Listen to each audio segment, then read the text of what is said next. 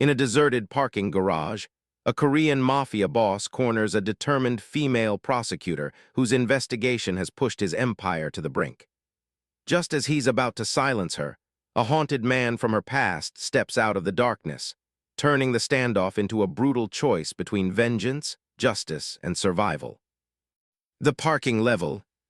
Cold air clung to the concrete as Elena walked down the ramp of the underground parking lot, her heels echoing in the hollow space. Her folder pressed against her chest like a shield, filled with the evidence that could finally bring down the most feared man in the city. She had waited 3 years for this night. 3 years of late files, dead ends, and quiet threats that arrived in the form of anonymous flowers on her doorstep and cars idling too long outside her apartment. She told herself she wasn't afraid, only tired. That was the lie she used to get through most days. In truth, fear had become a quiet roommate in her life, breathing beside her every time she opened a new case file. But beneath the fear there was something stronger, a stubborn kindness she refused to let go of. The victims' faces stayed with her. The old shopkeeper who had lost his store because he wouldn't pay protection money. The young woman who trembled through her statement, too ashamed to look Elena in the eye. Elena carried them all tonight, like invisible witnesses walking at her side. Her phone buzzed in her coat pocket. It was her younger brother, Matteo, the name lighting up the screen with a warmth she didn't feel in this cold place. She hesitated, then answered. "Hey," she said, trying to sound casual as she reached the second level of the garage. "I'm almost home." "You always say that," Matteo replied. His voice was calm, but she heard the worry underneath. "You know they're not playing games anymore, right? That guy, Yi-min, they say he never forgives."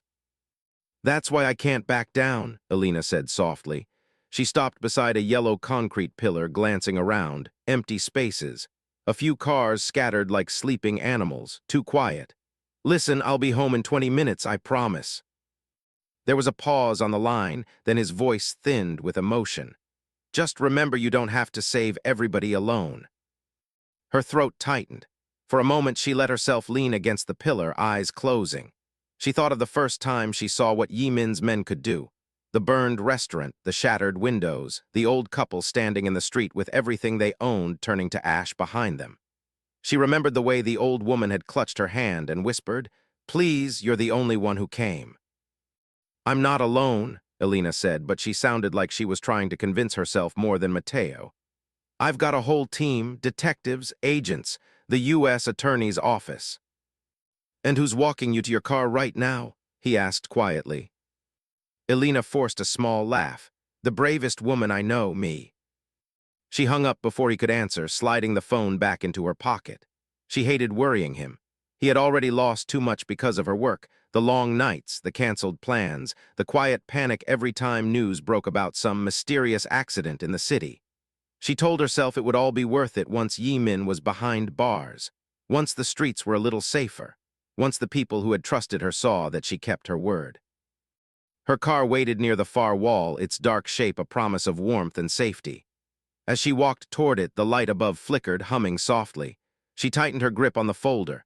Tomorrow morning she would step into the courtroom with this evidence. Bank transfers, fake companies, witness statements. Enough to tear holes in Yi-min's empire, enough to make him desperate. A quiet memory rose up uninvited. A man in a hospital bed, older than her father, his hands shaking as he signed his name at the bottom of a witness statement. "He will come for me," he had whispered. "Promise you'll look away if he does. Don't die for me. I'm not worth that." Elena had looked him in the eye.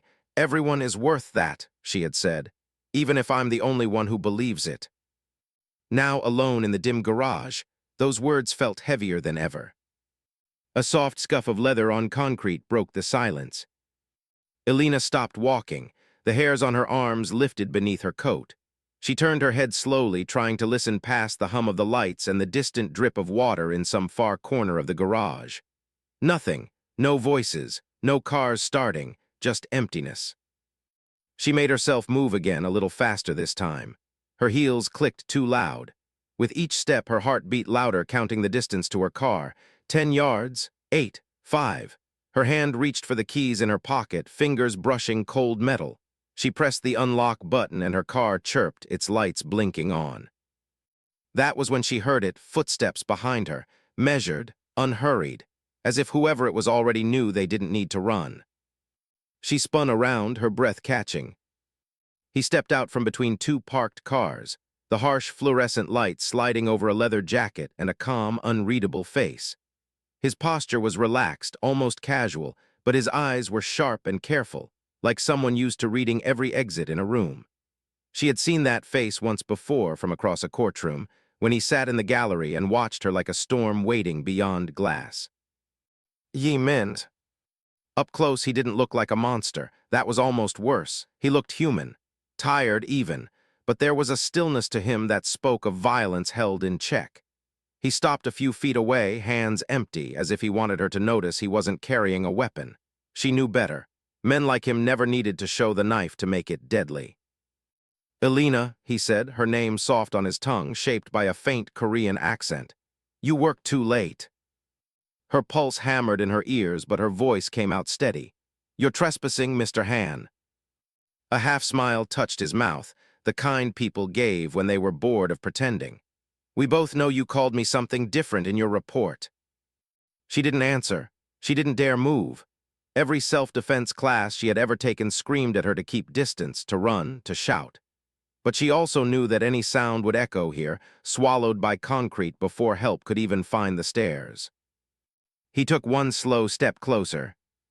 You have something of mine, he said. Names, accounts, people who forgot who feeds them. You hold lives in that folder like receipts. His eyes dropped to the thick stack of papers still clutched against her chest. I came to ask you politely to let them go. Heat flared in her chest, pushing back against the fear. Those lives don't belong to you, she said. They belong to themselves. I'm just giving them one honest chance.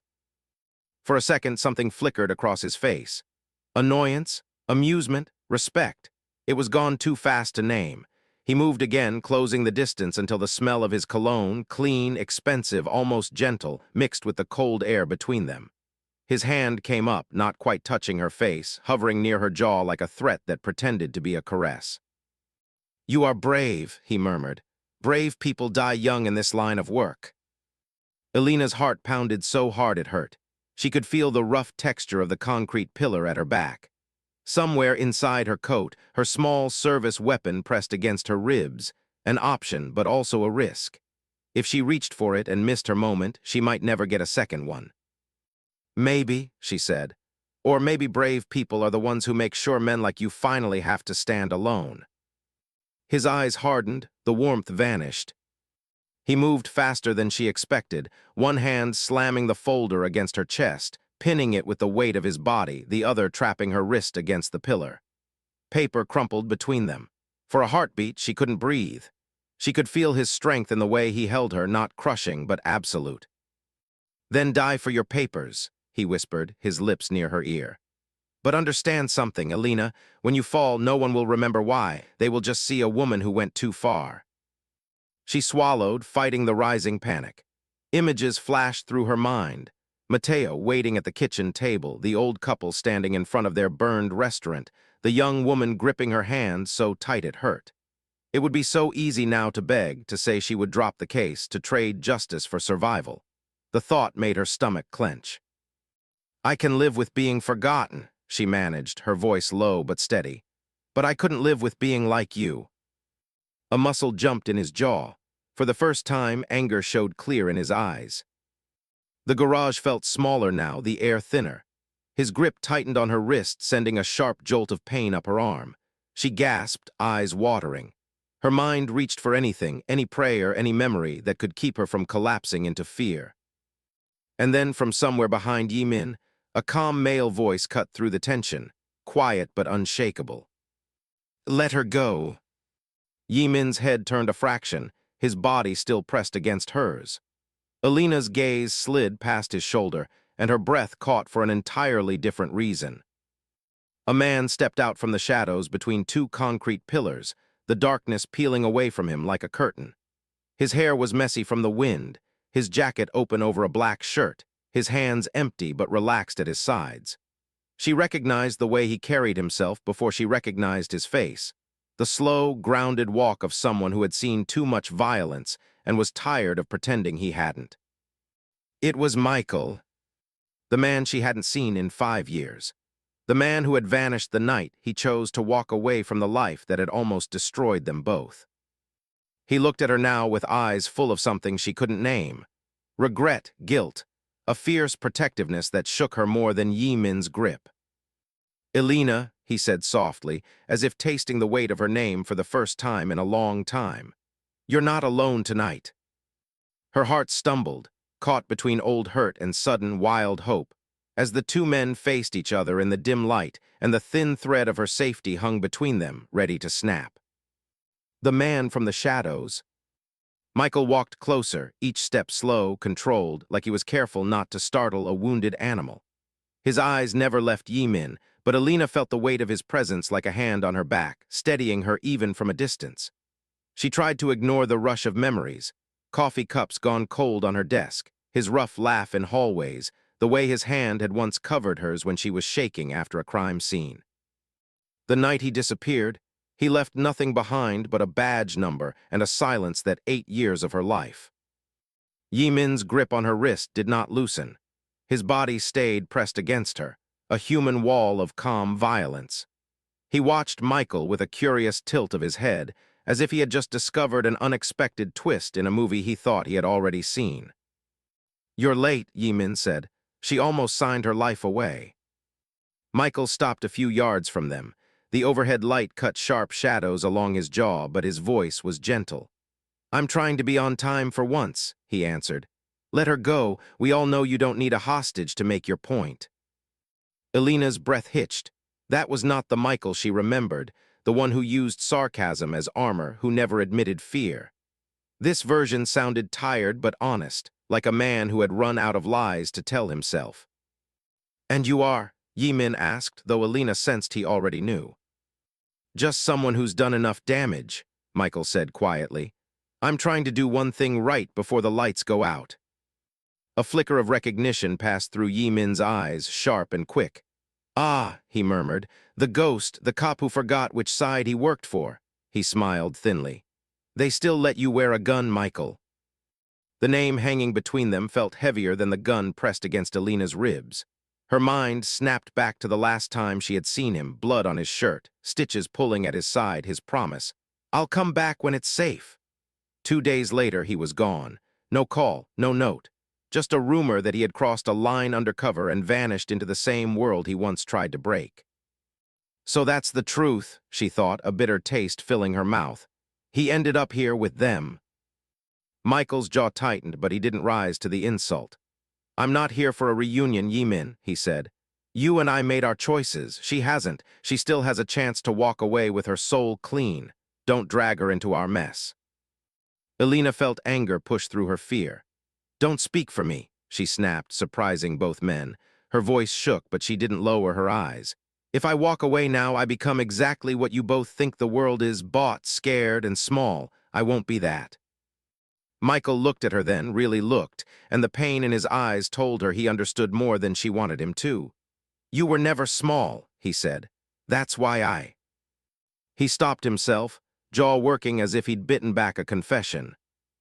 Yi-Min gave a soft, humorless laugh. "This is touching," he said, "but you misunderstand the situation. She is already in the mess. She put herself there when she opened my books." His fingers dug harder into her wrist. "You think you are different from me, Elena, but we are both stubborn. We both hold on too tight. That is how people around us get hurt." Her vision blurred at the edges, a white ring of pain forming where his grip cut off circulation. She refused to make a sound. Pain she could live with, silence she couldn't. "At least I'm holding on to something that isn't made of blood," she said through clenched teeth. For a moment, the only sound was the low buzz of the fluorescent lights. Then Michael slowly raised his hands, palms open. "You know how this goes, Yi-Min," he said. "If you hurt her, there's no way back, not just with the law, with you, with whatever you tell yourself at night. You've done a lot of things, but you don't usually waste people who still have a choice. That was your rule, wasn't it?" Something unreadable crossed Yi-Min's face. Elena felt it, a tiny hesitation in the force of his hold. A man like him didn't rule an empire on fear alone. He also ruled by lines he would not cross, lines that let him think he was better than the monsters under him. "You think you know my rules?" he asked. Michael's voice stayed calm, humble even. "I know you started with nothing. No name, no country that claimed you, no one who believed you could be more than muscle. You built your own code because no one gave you one. I get that." He took a small step closer, lowering his hands as if he were approaching a wounded friend instead of an enemy.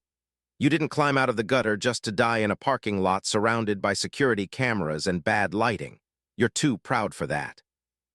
Elena felt every muscle in Yi Min's body tense. Pride was a dangerous word for men like him. "Here is what we do," Michael continued, his tone steady, almost gentle. "You let her walk away. You take the night to think. Tomorrow I bring you something better than revenge, a deal. Witness protection, a new name, somewhere far from here where no one knows who you are." Yi Min's laugh was colder this time. "You offer me mercy. I offer you a way not to become the thing you've always hated," Michael said softly. "Just another story that ends in a body bag and a news report." Elena stared at him, confusion and anger mixing in her chest. She had expected Michael to come in guns blazing, fueled by guilt and bravado. Instead, he was standing in front of a killer and asking him to choose a kinder road, as if he still believed there was a piece of the boy Yi Min once was, somewhere under all that power and blood. It scared her how much she wanted to believe it, too. For the first time, Yi Min's eyes shifted, not to Michael, but to some point deep in his own past. A flicker of something fragile moved there, loneliness, maybe, or the memory of a younger self sleeping on a train station floor. His hand loosened a fraction on Elena's wrist. She felt her fingers tingle with returning blood. "You think because you wasted your life trying to be a good man, I should do the same," he said quietly. "You think courage is staying when you should run." His gaze slid back to Elena, sharp again. "You both are very brave and very foolish." The humming lights seemed louder. The air felt thinner. Elena's heartbeat counted each second as if it were a choice between life and death. Yi Min leaned closer to her, his mouth near her ear. "Tell me something," he whispered. "If I let you go now, how long before you come for me with everything you have? 1 day, 2. She could have lied. She could have told him she'd back off, taken a breath, lived to fight another way. But she had already bent too many times in her life to fear. If she started now, she wasn't sure she would ever stop. "I'd come for you as long as I can stand," she said, voice raw but clear. "Because someone once told me walking away from people who are hurting is the fastest way to become like the ones who hurt them." She knew the second the last word left her mouth that she had thrown away her only chance at mercy. Yi Min's expression froze. Any softness, any doubt, vanished like smoke. The man in front of her was no longer the half-remembered boy from a foreign station platform. He was the king of empty streets again, and she was just another piece on his board. "Then we are finished talking," he said. Before Michael could move, before Elena could even suck in enough air to scream, Yi Min's free hand slid inside his jacket and came back out holding a small black device. It wasn't a gun. It was a phone. He tapped the screen once and held it up so she could see. A video call opened. The picture was shaky, dark, but clear enough. A narrow kitchen. A familiar chipped mug on the counter. A pair of hands tied to a chair with duct tape. Mateo's face came into view, bruised, eyes wide with fear he was trying not to show. "Elena," he rasped, as if he couldn't believe he was actually seeing her. "Don't." The call cut to audio only, but his breathing stayed in the background, fast and uneven. Yi Min's voice softened with a cruelty that felt like ice. "You think I came here without insurance," he said. "You want courage, prosecutor, kindness, here is your test." He turned the phone slightly so Michael could hear every word. "You both walk away from this case, or your brother does not walk away from my men." Elena's knees almost buckled. The folder pressed between them suddenly felt meaningless, just paper and ink, while her brother's life hung on a stranger's word in a room she couldn't even see. Michael's face went pale. His eyes darted from Yi Min to the tiny speaker where Mateo's muffled voice whispered her name over and over. And all at once, everything Elena had believed about justice and courage crashed into the one question she had never truly faced. Was she willing to trade someone she loved for a city full of people she'd never meet? Her answer formed in her heart, fierce and impossible, as Yi Min watched her with calm, merciless eyes, and Michael took one small, desperate step closer, ready to defy both of them. The choice no one wants. Elena's mind went blank for a second, like someone had turned the sound off in her skull. All she could hear was Mateo's breathing through the phone, uneven and fast, and the scrape of a chair leg on tile wherever they were holding him. Her brother was only a few miles away, but he might as well have been on another planet. "Elena, don't listen to him," Mateo said, his voice hoarse. "Do your job, please. Don't let him win because of me." She squeezed her eyes shut. A memory rose so sharply it hurt. Mateo, at 8 years old, standing on a cracked sidewalk with a bloody nose after some older kids pushed him around. Their father had been gone for less than a year. She'd knelt in front of him, wiped the blood with her sleeve, and said, "I'll never let anyone hurt you again, not while I'm here." He had believed her, completely. Now here they were, and she was not there. Her lungs felt tight. If she stayed silent, if she held her ground, an innocent man, her innocent man, might die. If she gave in, she betrayed every other person who had trusted her to stand up to men like Yi Min. No law book had prepared her for this kind of math. No oath had explained how to choose between one face she loved and a crowd of faces she would never see. Michael broke the silence first. "Yi Min," he said quietly, taking another step forward, "this isn't you." The crime boss glanced at him with mild annoyance. "You know nothing about me." "I know enough," Michael replied. His voice had changed. There was a weight in it Elena hadn't heard before. "You don't touch family. You never did. You kept your wars on the street, not at people's kitchen tables. Kids, parents, siblings, they were off limits. That was one of the rules that made you different from the animals who came before you." Yi Min's jaw clenched, a small tick of irritation, but he didn't deny it. "You break that now," Michael went on, softer. "And whatever story you tell yourself about who you are, it dies tonight along with him." Elena watched the two men, trying to breathe past the ache in her chest. She realized with a dull shock that Michael was not just stalling for her. He was trying, in his own worn-out way, to save Yi Min from himself. "Spare me your philosophy," Yi Min said. "You talk about rules like you didn't sell yours the first time they offered you a badge and a lie." He tilted the phone slightly, as if showing off a trophy. "You walked away from my world, Michael. You left a hole I had to fill with men half as loyal and twice as cruel. Don't stand there and judge me because I learned to protect what's mine." Michael swallowed, his eyes dark. "I'm not judging you," he said. "I'm telling you I was wrong about everything. I thought I could dance on both sides and not fall. I was arrogant. People paid for that. I'm not asking you to forgive me. I'm asking you to put this gun down before it goes off." "There is no gun," Yi Min said evenly. "Just decisions." "And I'm the one who made this one," Michael said. He took a breath, then spoke in a tone Elena had never heard from him, open, stripped of all his usual distance. "Take me instead." The words hung in the cold air. Elena stared at him. "What are you doing?" she whispered. He didn't look at her. His eyes were on Yi Min, steady and strangely calm. "You know what I'm worth," he said. "I know names you don't know I know, places you've forgotten you used. You've wanted me back in your hands since the day I walked out. This is your chance. You let them both go and I'll come quietly. No deals, no tricks, just me." The old Elena, the one from 3 years ago who still believed in clean lines and clear sides, would have called this insanity. The Elena standing here now saw something else. A man trying, finally, to face the damage he'd done by staying alive when others hadn't. Yi Min studied him like he was an interesting puzzle. "You think I will trade a case that can destroy me for a man who already tried?" he asked. "You flatter yourself." "I don't," Michael said. "I know I'm not a hero, I'm just useful, and you've always been good at calculating usefulness." A slow, cool smile touched Yi Min's lips. "You really have changed," he said. "Before, you would have taken the girl's file and shot me from a rooftop on your way out." Michael dropped his gaze for a moment, shame moving across his features like a shadow. "Before, I thought violence could fix anything if you aimed it at the right head." "And now?" Yi Min asked.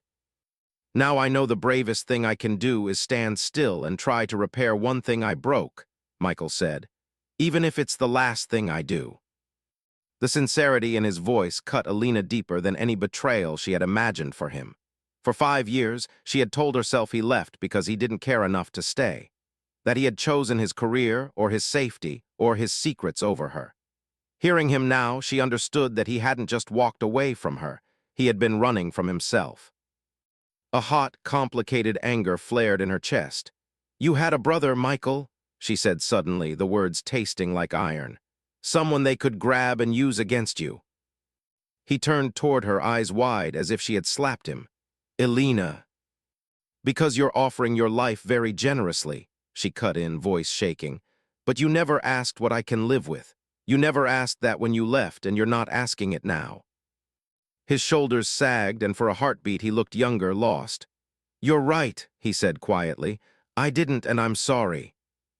The apology landed somewhere deep inside her, in a place that had been waiting years to hear it. But it didn't change the fact that Mateo was still tied to a chair in some forgotten kitchen, breathing too fast. On the phone, as if sensing her slipping away, Mateo spoke again. "Hermana," he whispered, slipping back into the word from their childhood. "I'm okay, I'm scared, but I'm okay. Don't let him turn you into something you're not, please."